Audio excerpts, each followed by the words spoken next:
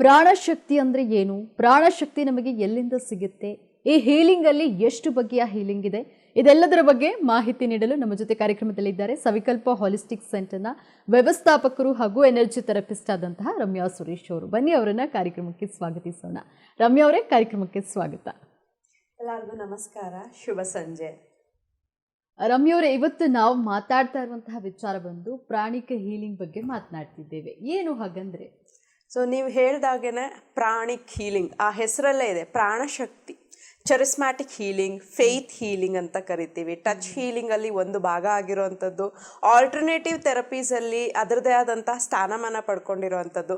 ಇನ್ನು ಇದಕ್ಕೆ miraculous healing ಅಂತಲೂ ಸಹ ಕರೀತಾರೆ. ಪ್ರಪಂಚಾದ್ಯಂತ ತುಂಬ ಕಡೆ ಇದು ತನ್ನದೇ ಆದಂಥ ಒಂದು ಗುಣಗಳಿಂದ ಅದು ಒಂದು ಸ್ಪೇಸನ್ನು ಪಡ್ಕೊಂಡಿದೆ. ಈ ಒಂದು ಪ್ರಾಣಿಕ್ ಹೀಲಿಂಗ್ ಅಂದರೆ ನಮ್ಮ ನೇಚರಲ್ಲಿರುವಂತಹ ಪ್ರಾಣಶಕ್ತಿಯನ್ನು ಯೂಸ್ ಮಾಡಿಕೊಂಡು ನಮ್ಮಲ್ಲಿರುವಂಥ ಎನರ್ಜಿ ಬ್ಲಾಕೇಜಸ್ಸನ್ನು ರಿಮೂವ್ ಮಾಡೋಕ್ಕೆ ಮತ್ತು ಎನರ್ಜೈಸ್ ಮಾಡ್ಕೊಳ್ಳೋಕ್ಕೆ ಸಹಾಯ ಮಾಡುವಂಥದ್ದೇ ಪ್ರಾಣಿಕ್ ಹೀಲಿಂಗ್.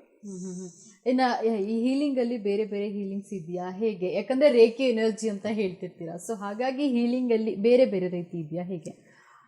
ಇದರಲ್ಲಿ ಮೇಯ್ನ್ ಆಗಿ ಬರುವಂಥದ್ದು 4 ಥರ ಬರುತ್ತೆ, 4ರಿಂದ 5 ಥರ.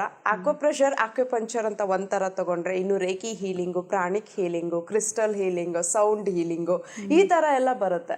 ಸೊ ಯಾವುದೊಂದು ನಮ್ಮ ಒಂದು ಫೇತ್ ಮೇಲೆ ನಿಂತಿರುತ್ತೆ. ನಾವು ಯಾರೋ ಹೇಳಿದ್ರು ಅಂತ ಮಾಡೋದಕ್ಕಿಂತ ಓಕೆ, ಪ್ರಾಕ್ಟೀಸ್ ಮಾಡೋದು ಒಂದು ಭಾಗ ಆಗಿದ್ರೆ ಫಸ್ಟು ಅದನ್ನು ನಂಬಬೇಕು. ನಾವು ಏನೇ ಕೆಲಸ ಮಾಡೋದಿದ್ರು ಓಕೆ, ಇದರಿಂದ ನನಗೆ ಉಪಯೋಗ ಆಗುತ್ತೆ, ಇದರಿಂದ ನಾನು ಗುಣ ಆಗ್ತೀನಿ ಅನ್ನೋ ನಂಬಿಕೆ ಇಟ್ಕೊಂಡು ಮಾಡಿದಾಗ 100% ಅಲ್ಲ 200% ರಿಸಲ್ಟ್ ಬರುತ್ತೆ. ಓಕೆ, ಹೇಳಿದಾರಲ್ಲ ನೋಡೋಣ ಒಂದ್ಸಲ ಅಂತ ಮಾಡಿದಾಗ 50-50 ಇದ್ದಾಗ ನಿಮ್ಗೆ ರಿಸಲ್ಟ್ ಬಂದಿದ್ರು ನೀವು ಅದನ್ನು ಗೆಸ್ ಮಾಡೋಕ್ಕಾಗಲ್ಲ, ಅದನ್ನು ಗೇಜ್ ಮಾಡೋಕ್ಕಾಗಲ್ಲ.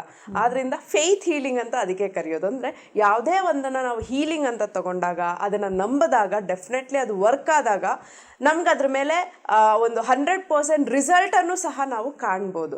ಬೇರೆ ಬೇರೆ ಥರ ಹೀಲಿಂಗ್ ಅಂತ ನೀವು ಹೇಳಿದಾಗ, ಈಗ ಆಕ್ವಾಪ್ರೆಷರ್, ಆಕ್ವಾಪಂಕ್ಚರ್, ಅದರಲ್ಲೇ ನೋಡಿ 2 ಡಿಫ್ರೆಂಟ್ ಇದೆ.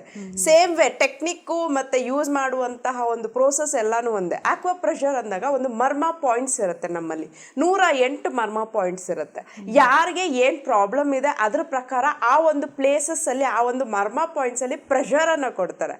ಆಗ ಎನರ್ಜಿ ರಿಲೀಸ್ ಆಗುತ್ತೆ, ಬ್ಲಾಕೇಜಸ್ಸು, ನೆಗೆಟಿವ್ಸು ರಿಲೀಸ್ ಆಗುತ್ತೆ. ಇನ್ನು ಆಕ್ವಾಪಂಕ್ಚರು ಅಷ್ಟೇ, ಆ ಒಂದು ತಾಮ್ರದ ನೀಡಲ್ಸಿಂದ ಮರ್ಮ ಪಾಯಿಂಟ್ಸಲ್ಲಿ ಆ ಒಂದು ನೀಡಲನ್ನು ಚುಚ್ತಾರೆ. ಓಕೆ, ಅದಕ್ಕೆ ತುಂಬಾ ಒಂದು ಎಕ್ಸ್ಪೀರಿಯನ್ಸ್ ಬೇಕಾಗತ್ತೆ.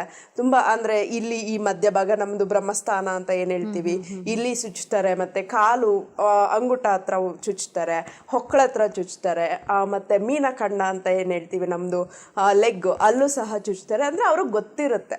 ಆ್ಯಂಕಲ್ ಹತ್ರ ಚುಚ್ತಾರೆ, ಎಲ್ಲಿ ಚುಚ್ಚಿದ್ರೆ ಏನು ಎನರ್ಜಿ ರಿಲೀಸ್ ಆಗುತ್ತೆ. ಎಮೋಷನ್ಸ್ ಅಂತ ಬಂದಾಗ ಎಮೋಷನ್ಸನ್ನು, ನೆಗೆಟಿವ್ ಎಮೋಷನ್ಸನ್ನು ರಿಲೀಸ್ ಮಾಡೋಕ್ಕೆ ಈ ಒಂದು ಯೂಸ್ ಮಾಡುವಂಥದ್ದು. ನಾವು ಎಮೋಷನ್ಸ್ ಬಗ್ಗೆನೂ ಒಂದಿನ ಮಾತಾಡಬೇಕಾಗತ್ತೆ. ಯಾಕಂದರೆ ನಮ್ಮಲ್ಲಿ ಏನೇ ಒಂದು ಪ್ರಾಬ್ಲಮ್ ಆಗ್ತಾಯಿದ್ರು ನೆಗೆಟಿವ್ ಎಮೋಷನ್ಸಿಂದ ಕ್ರಿಯೇಟ್ ಆಗಿರುತ್ತೆ. ಒಂದೊಂದು ಪೇಯ್ನ್ಗೂ ಒಂದೊಂದು ನೆಗೆಟಿವ್ ಎಮೋಷನ್ ಇರುತ್ತೆ. ಫಾರ್ ಎಕ್ಸಾಂಪಲ್, ನಮ್ಮ ಹೆಡ್ಡಲ್ಲಿ ತುಂಬ ಡ್ಯಾಂಡ್ರಫ್ ಉತ್ಪತ್ತಿ ಆಗ್ತಾ ಇದೆ ಅಂದರೆ, ಯಾಕಂದರೆ ಫಸ್ಟು ಸೆಲ್ಸ್ ಸಾಯೋದೇ ನಮ್ಮ ತಲೆಯಲ್ಲಿ, ಅಂದರೆ ನಮ್ಮ ಸ್ಕಾಲ್ಪಲ್ಲಿ. ತುಂಬ ಪ್ರೆಷರ್ ಇದ್ದಾಗ, ತುಂಬ ಸ್ಟ್ರೆಸ್ ಇದ್ದಾಗ ಅಲ್ಲಿ ಡೆಡ್ ಸೆಲ್ಸ್ ಕ್ರಿಯೇಟ್ ಆಗುತ್ತೆ. ಆದ್ದರಿಂದ ಫಸ್ಟು ಡ್ಯಾಂಡ್ರಫ್ ಕ್ರಿಯೇಟ್ ಆಗೋದು. ಸೊ ಈ ಥರ ಒಂದೊಂದು ಪೇಯ್ನ್ಗೂ ಒಂದೊಂದು ಎಮೋಷನ್ಸ್ಗೂ ನೆಗೆಟಿವ್ಸು ಕ್ರಿಯೇಟ್ ಆಗುತ್ತೆ ನಮ್ಮ ಬಾಡಿನಲ್ಲಿ. ಈ ಥರ ಈ ನಮ್ಮ ಹೀಲಿಂಗ್ಸು ನಮ್ಮ ಬಾಡಿ ಮೇಲೆ ಎಮೋಷನ್ಸನ್ನು ಕ್ಲಿಯರ್ ಮಾಡುತ್ತೆ. ಇನ್ನು ನಮ್ಮಲ್ಲಿ ಇರುವಂತಹ 3 ಪ್ರಾಣಶಕ್ತಿ ಯಾವುದು? ನಮ್ಮಲ್ಲಿ ಇರುವಂತಹ 3 ಪ್ರಾಣಶಕ್ತಿ ನಮ್ಮ ನೇಚರಲ್ಲಿ, ಒಂದು ಸನ್ ಪ್ರಾಣ, ಸೋಲಾರ್ ಎನರ್ಜಿ ಅಂತ ಕರಿತೀವಿ, ಇನ್ನೊಂದು ಭೂ ಪ್ರಾಣ, ಅರ್ತ್ ಎನರ್ಜಿ, ಇನ್ನೊಂದು ಏರ್ ಪ್ರಾಣ. ನಿಮಗೆ ಯಾವಾಗಲಾದರೂ ನೀವು ಗಾಳಿನಲ್ಲಿ ಅಥವಾ ಬಿಸಿಲಲ್ಲಿ ನಿಂತ್ಕೊಂಡಾಗ ವೈಟ್ ವೈಟ್ ವೈಟ್ ವೈಟ್ ಚುಕ್ಕೆ ಚುಕ್ಕೆ ಚುಕ್ಕೆ ಥರ ಕಂಡಿರೋದು ನೋಡಿದ್ದೀರಾ? ಅದೇ ಪ್ರಾಣ. ಓಕೆ, ಒಬ್ಬ ಮನುಷ್ಯ ಊಟ ಇಲ್ದಿದ್ರು 2-3 ದಿನ ಇದ್ಬಿಡ್ತಾರೆ, ನೀರಿಲ್ಲ ಅಂದರೂ ಅಟ್ಲೀಸ್ಟ್ 1 ದಿನ ಸಾಗಿಸ್ಬಿಡ್ತಾರೆ. ಬಟ್ ಗಾಳಿ ಆಡದೆ, ಉಸಿರಾಡದೆ ಖಂಡಿತ ಇರೋಕ್ಕಾಗಲ್ಲ ಅಲ್ವಾ? ಅಟ್ಲೀಸ್ಟ್ ಒಂದು ಹಾಫ್ ಅನ್ ಅವರು ಬೇಡ, 3 ಮಿನಿಟ್ಸ್ ನಾವು 2 ಮೂಗು ಮುಚ್ಕೊಳ್ಳೋಕ್ಕೂ ಆಗಲ್ಲ. ಆ ನೀರಲ್ಲಿ ಮುಳುಗೆದ್ದಾಗ್ಲೂ ನಮ್ಗೇನು ಸಿಗುತ್ತೆ? ನೀರಲ್ಲಿರೋ ಎನರ್ಜಿ ಸಿಗುತ್ತೆ ಅಲ್ವಾ? ಈ ಥರ. ಸೊ ಏರ್ ಪ್ರಾಣ, ಸನ್ ಪ್ರಾಣ ಮತ್ತು ಭೂ ಪ್ರಾಣ, ಇದು 3ರಿಂದನೂ ನಮಗೆ ಎನರ್ಜಿ ಸಿಗ್ತಾ ಇರುತ್ತೆ. ಸನ್ ಪ್ರಾಣ ಅಂತ ಕೇಳಿದಾಗ ನಾವು ಎಳೆಯ ಮಕ್ಕಳನ್ನ ನೀವು ನೋಡ್ದಿರೋ ಹಾಗೆ ಅವ್ರಿಗೆ ಮಸಾಜ್ ಮಾಡಿ ಒಂದು 7:30-8 ಗಂಟೆ ಬಿಸಿಲಲ್ಲಿ ಮಲಗಿಸ್ತೀವಿ. ಏನಕ್ಕೆ? ಅವರ ಬೋನ್ ಸ್ಟ್ರಾಂಗ್ ಆಗುತ್ತೆ. ಆವಾಗ್ಲಿಂದಾನೇ ಅವ್ರಿಗೆ ಟ್ರೈನ್ ಮಾಡ್ತೀವಿ.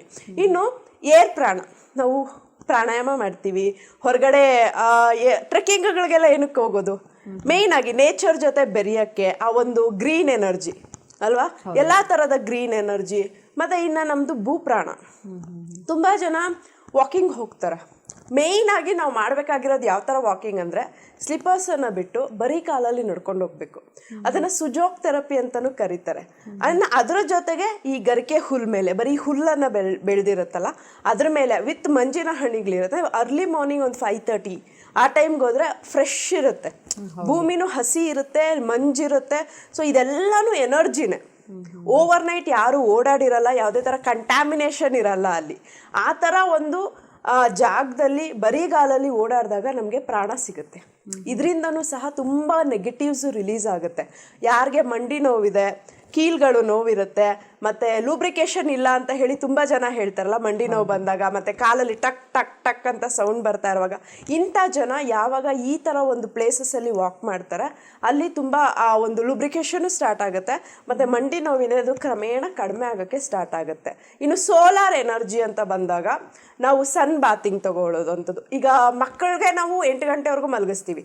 ಅದೇ ದೊಡ್ಡವರು, ನಾವೇ ಮೆಚ್ಯೂರ್ಡ್ ಪರ್ಸನ್, ಸ್ವಲ್ಪ ಏಜ್ ಆಗಿರುವಂಥವ್ರಾದರೆ ಡಾಕ್ಟರ್ಸು ಸಜೆಸ್ಟ್ ಮಾಡುವಂಥದ್ದು 11:30, 10:30 to 12:30ವರೆಗೂ ಇರುವಂಥ ಬಿಸಿಲಲ್ಲಿ ನಿಮ್ಮನ್ನು ನೀವು ಸ್ವಲ್ಪ ನಿಲ್ಲಿಸ್ಕೊಳ್ಳಿ ಅಂತ ಹೇಳಿ. ಯಾಕಂದರೆ ಆವಾಗ ಸ್ವಲ್ಪ ನಮಗೆ ಬೇಕಾಗಿರುವಂಥ ವಿಟಮಿನ್ ಡಿ ಏನಿದೆ ಅದು ಸಿಗುತ್ತೆ. ಅದ್ರ ಜೊತೆಗೆ ನೀರನ್ನು ಬಿಸಿಲಲ್ಲಿಟ್ಟು ಕುಡಿಯೋ ಅಂಥದ್ದು, ಅಂದರೆ ಡೈರೆಕ್ಟು ಸನ್ರೈಸ್ ಬಿದ್ದಿರೋ ಅಂಥ ನೀರು, ಕಾಯಿಸಿರೋ ಅಂಥ ನೀರು, ಅದನ್ನು ಕುಡಿಯೋದು. ಈ 3 ವೇನಲ್ಲಿ ಪ್ರಾಣನ ನಾವು ಕನ್ಸ್ಯೂಮ್ ಮಾಡ್ಬೋದು. ಈ ರೀತಿಯಲ್ಲಿ ಅಂದರೆ ಈಗ ಪ್ರಾಣ ಹೀಲಿಕ್ ಅಂತ ಹೇಳಿದ್ರಿ ನೀವು, ಪ್ರಾಣಿಕ ಹೀಲಿಕ್ ಅಂತ, ಅದಕ್ಕೆ ಯಾಕೆ ಅದೇ ಹೆಸರು ಕೊಡಬೇಕು ಅನ್ನೋಂಥದ್ದು ಯಾಕೆ ಬಂತು? ಪ್ರಾಣಿಕ್ ಹೀಲಿಂಗಲ್ಲಿ ಏನಾಗುತ್ತೆ, ನಾವು ಎನರ್ಜಿ ನಮ್ಮ ಬರೀ ಕೈಗಳಿಂದ ಹೀಲಿಂಗನ್ನು ಮಾಡ್ತೀವಿ. ಒಬ್ಬರ ಒಂದು ನೆಗೆಟಿವ್ ಎನರ್ಜೀಸಿನ ಈ ಥರ ಸ್ವೀಪ್ ಮಾಡ್ತೀವಿ, ನೀಟಾಗಿ ಈ ಥರ ಸ್ವೀಪ್ ಮಾಡಿ ಈ ಥರ ಮಾಡ್ತೀವಿ. ಇದು ನಮ್ಗೆ ಯಾವ ಪ್ರಾಕ್ಟೀಸ್ ಆದಾಗ ನೀವು ನೋಡ್ಬೋದು, ನೆಗೆಟಿವ್ಸನ್ನು ಹಿಂಗೆ ತೆಗ್ದಾಗ ಕೈ ವೆಯ್ಟ್ ಜಾಸ್ತಿ ಆಗುತ್ತೆ, ಅಲ್ಲಿಂದ ಏನೋ ಬರ್ತಾ ಇದೆ ಕೈಗಲ್ಲಿ ಅಂತ. ಮತ್ತು ಹಿಂಗೆ ಹಾಕಿದಾಗ ಅಲ್ಲಿ ಒಂದು ಗ್ರೀನ್ ಫೈರನ್ನು ಹಾಕ್ತೀವಿ ನಾವು, ಯಾಕಂದರೆ ಅದು ಕಂಟ್ಯಾಮಿನೇಷನು. ಬೇರೆಯವರಲ್ಲಿ ಓಡಾಡಿದಾಗ ಅದು ಅವ್ರಿಗೆ ಲೆಗ್ ಪೇಯ್ನ್ ಬರುತ್ತೆ, ಅದು ಕ್ಲೆನ್ಸ್ ಆಗಿಲ್ಲ. ಇದು ನನ್ನ ಓನ್ ಎಕ್ಸ್ಪೀರಿಯೆನ್ಸು. ಒಂದಿನ ನಮ್ಮ ಗುರೂಜಿ ಒಬ್ರಿಗೆ ಇದೇ ಥರ ಪ್ರಾಣಿಕ್ ಹೀಲಿಂಗಿಂದ ಕ್ಲೆನ್ಸ್ ಮಾಡಿದರು ನಮ್ಮ ಆಫೀಸಲ್ಲಿ. ಏನೋ ಒಂದು ಹರಿಬರಿನಲ್ಲಿ ಅದನ್ನು ಹಾಫ್ ಮಾಡೋದು ಅಂದರೆ ಅದನ್ನು ಕ್ಲೀನ್ ಮಾಡೋದನ್ನ ಮರ್ತ್ಬಿಟ್ಟಿದ್ರು. ಕ್ಲೀನ್ ಇನ್ ದ ಸೆನ್ಸ್ ಎಲ್ಲನೂ ಒಂದು ಮೈಂಡ್ ಎನರ್ಜಿ, ಅದು ಗ್ರೀನ್ ಪ್ರಾಣ ಹಾಕೋದು, ರೇಖಿ ಎನರ್ಜಿಯಿಂದ ಕ್ಲೀನ್ ಮಾಡೋದು, ಈ ಥರ. ಸೊ ಅಲ್ಲಿ ಒಂದು 3-4 ಸಲ ನಾನು ಓಡಾಡಿದಾಗ ನಾನು ಡ್ರೈನ್ ಆಗೋಕ್ಕೆ ಸ್ಟಾರ್ಟ್ ಆಯಿತು. ಕೂರಕ್ಕಾಗ್ತಿಲ್ಲ, ನಿಲ್ಲಕ್ಕಾಗ್ತಿಲ್ಲ, ಸ್ವೆಟ್ ಆಗ್ತಿದ್ದೀನಿ. ಆಮೇಲೆ ಗೊತ್ತಾಯಿತು ಅದನ್ನು ಕ್ಲೆನ್ಸ್ ಮಾಡಿಲ್ಲ ಅಂತ. ಇಮಿಡಿಯೇಟಾಗಿ 2 ಸಲ ನಾವು ಕ್ಲೆನ್ಸ್ ಮಾಡಿದ್ಮೇಲೆ ನಂದು ಡ್ರೈನ್ ಔಟು ಕ್ಲೀನ್ ಆಯಿತು. ಅಲ್ಲಿ ಮತ್ತೆ ಏನು ನೆಗೆಟಿವ್ಸ್ ಇರಲಿಲ್ಲ. ಈ ಥರ ನೆಗೆಟಿವ್ಸ್ ಅಂದರೆ ಕಣ್ಣಿಗೆ ಕಾಣಲ್ಲ, ಬಟ್ ನಾವು ಅದನ್ನು ಸಫರ್ ಮಾಡ್ತೀವಿ. ಎಮೋಷನ್ಸು ಹಿಂಗೆ ಆಗೋದು. ನಮಗೆ ಏನು ಪ್ರಾಬ್ಲಮ್ ಆಗ್ತಾ ಇದೆ ಅಂತ ಗೊತ್ತಾಗಲ್ಲ, ಬಟ್ ವಿ ಸ್ಟಾರ್ಟ್ ಸಫರಿಂಗ್. ತುಂಬ ಜನಕ್ಕೆ ನಾನು ಯಾಕೆ ಸಫರ್ ಆಗ್ತಾ ಇದ್ದೀನಿ ಅಂತಲೇ ಗೊತ್ತಾಗಲ್ಲ. ಏನೋ ಆಗ್ತಾ ಇದೆ ಏನದು. ಅದಕ್ಕೆ ಫಸ್ಟು ಯಾವಾಗಲೂ ನಮ್ಮ ಬಗ್ಗೆ ನಮಗೆ ಅರಿವಿರಬೇಕು. ಯಾವುದೇ ಟೈಮಲ್ಲೂ ನಾವು ಹೇಗಿದ್ದೀವಿ, ನಮ್ಮ ಎನರ್ಜಿ ಸಿಸ್ಟಮ್ ಹೇಗಿದೆ. ನಾವು ಯಾವಾಗಲೂ ಯಾಕೆ ಎನರ್ಜಿ ಬ್ಲಾಕೇಜಸ್ ಬಗ್ಗೆ ಮಾತಾಡ್ತೀವಿ ಅಂದರೆ, ನಾವು ಇರೋದೇ ಎನರ್ಜಿ ಮೇಲೆ. Everything is a energy. ನಾನು ನಿಮ್ಮ ಜೊತೆ ಮಾತಾಡೋದು ಎನರ್ಜಿ, ನಾವು ತಿನ್ನೋದು ಎನರ್ಜಿ, ನಮ್ಮ ಆಲೋಚನೆನೂ ಎನರ್ಜಿ. ಅದು ಕ್ಲೀನಾಗಿರಬೇಕು. ನಾವೀಗ ಒಂದ್ಸಲ ಊಟ ಮಾಡಿದ್ವಿ ಅಂದರೆ ಆ ತಟ್ಟೆನ ತೊಳೆದೇ ಮತ್ತೊಂದು ಸಲ ಊಟ ಮಾಡೋದು. ಅಷ್ಟು ನೋಡ್ಕೊಳ್ಳೋವಾಗ ಇನ್ನು ಈ ಬಾಡಿನ ಯಾಕೆ ಕಂಟಾಮಿನೇಟ್ ಆಗಕ್ಕೆ ಬಿಡಬೇಕು? ಸೊ ಯಾವಾಗಲೂ ನಮ್ಮ ಎನರ್ಜಿ ಸಿಸ್ಟಮು ಪಾಸಿಟಿವ್ ಆಗಿ ಇಟ್ಕೊಂಡಾಗ ಯಾವುದೇ ಥರ ನೆಗೆಟಿವ್ಸು ನಮ್ಮನ್ನು ಅಟ್ಯಾಕ್ ಮಾಡ್ತೀವಿ. ಇನ್ನು ರಮ್ಯ ಅವರೇ, ಪ್ರಾಣಿಕ ಹೀಲಿಂಗ್ ನಮ್ಮ ದೇಹದ ಮೇಲೆ ಯಾವ ರೀತಿ, ಅಂದರೆ ಯಾವ ರೀತಿ ಪರಿಣಾಮ ಬೀರುತ್ತೆ, ಅದು ಹೇಗೆ ಗೊತ್ತಾಗುತ್ತೆ ನಮಗೆ ಪರಿಣಾಮ ಬೀರ್ತಾ ಇದೆ ಅನ್ನುವಂಥದ್ದು? ಇದಕ್ಕೆ ಒಂದು ಕೇಸ್ ಸ್ಟಡಿ ನಿಮಗೆ ಎಕ್ಸಾಂಪಲ್ ಆಗಿ ಹೇಳ್ತೀನಿ. ಒಬ್ಬರು ಲೇಡಿ ಬಂದಿದ್ರು, ಅವ್ರಿಗೆ ಇನ್ಫೆಕ್ಷನ್ ಆಗ್ತಾಯಿತ್ತು ಬಾಡಿನಲ್ಲಿ, ಅಂದರೆ ಬ್ಲಡ್ಡಲ್ಲಿ ಇನ್ಫೆಕ್ಷನ್ ಆಗ್ತಾ ಇದೆ.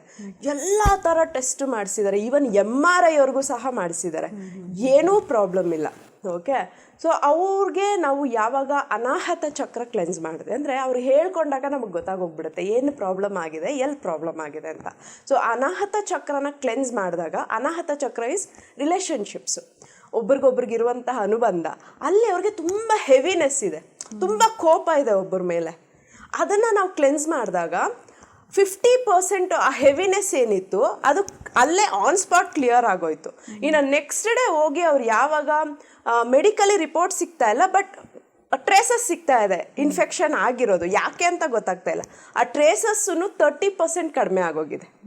ಸೊ ಈ ಥರ ಅಂದರೆ ಆ ನೆಗೆಟಿವ್ಸು ನಮ್ಮ ಮೈಂಡ್ ಸೆಟ್ ಮೇಲೂ ಎಫೆಕ್ಟ್ ಮಾಡುತ್ತೆ, ನಮ್ಮ ಶಾರೀರಿಕವಾಗೂ ಎಫೆಕ್ಟ್ ಮಾಡುತ್ತೆ. ಯಾವಾಗ ಎಲ್ಲಿಂದ ಪ್ರಾಬ್ಲಮ್ ಆಗ್ತಾ ಇದೆ ಅಂತ ನಾವು ಫೈಂಡ್ ಔಟ್ ಮಾಡ್ತೀವೋ ಅದು ರೂಟ್ ಕಾಸನ್ನೇ ತೆಗಿತೀವಿ. ಬೇರೆ ಒಂದು ಹೀಲಿಂಗ್ಸು ಅಂತ ಯಾವುದೇ ಒಂದು ಹೀಲಿಂಗ್ ತೊಗೊಂಡ್ರು ರೂಟ್ ಕಾಸಿಂದನೇ ಹೊರಗಡೆ ಹಾಕುವಂಥದ್ದು. ಆದ್ದರಿಂದ ಮತ್ತೆ ಪ್ರಾಬ್ಲಮ್ ಬಂತು ಅಂದರೆ ಬರೋದು ಇಲ್ಲ, ಆ್ಯಕ್ಚುಲಿ ಬರಲ್ಲ. ಯಾಕಂದರೆ ರೂಟನ್ನೇ ತೆಗೆದುಬಿಟ್ಟಾಗ ಪ್ರಾಬ್ಲಮ್ ಎಲ್ಲಿಂದ ಬರುತ್ತೆ. ಸೊ ನಾವು ಫಸ್ಟ್ ಫೈಂಡ್ ಔಟ್ ಮಾಡೋದು ರೂಟ್ ಕಾಸು, ನಂತರ ಅದಕ್ಕೆ ಒಂದು ಗುಣ ಮಾಡುವಂಥ ಒಂದು ಟ್ರೀಟ್ಮೆಂಟ್ ಇರ್ಬೋದು, ಥೆರಪೀಸ್ ಇರೋದು ಸಜೆಸ್ಟ್ ಮಾಡ್ತೀವಿ.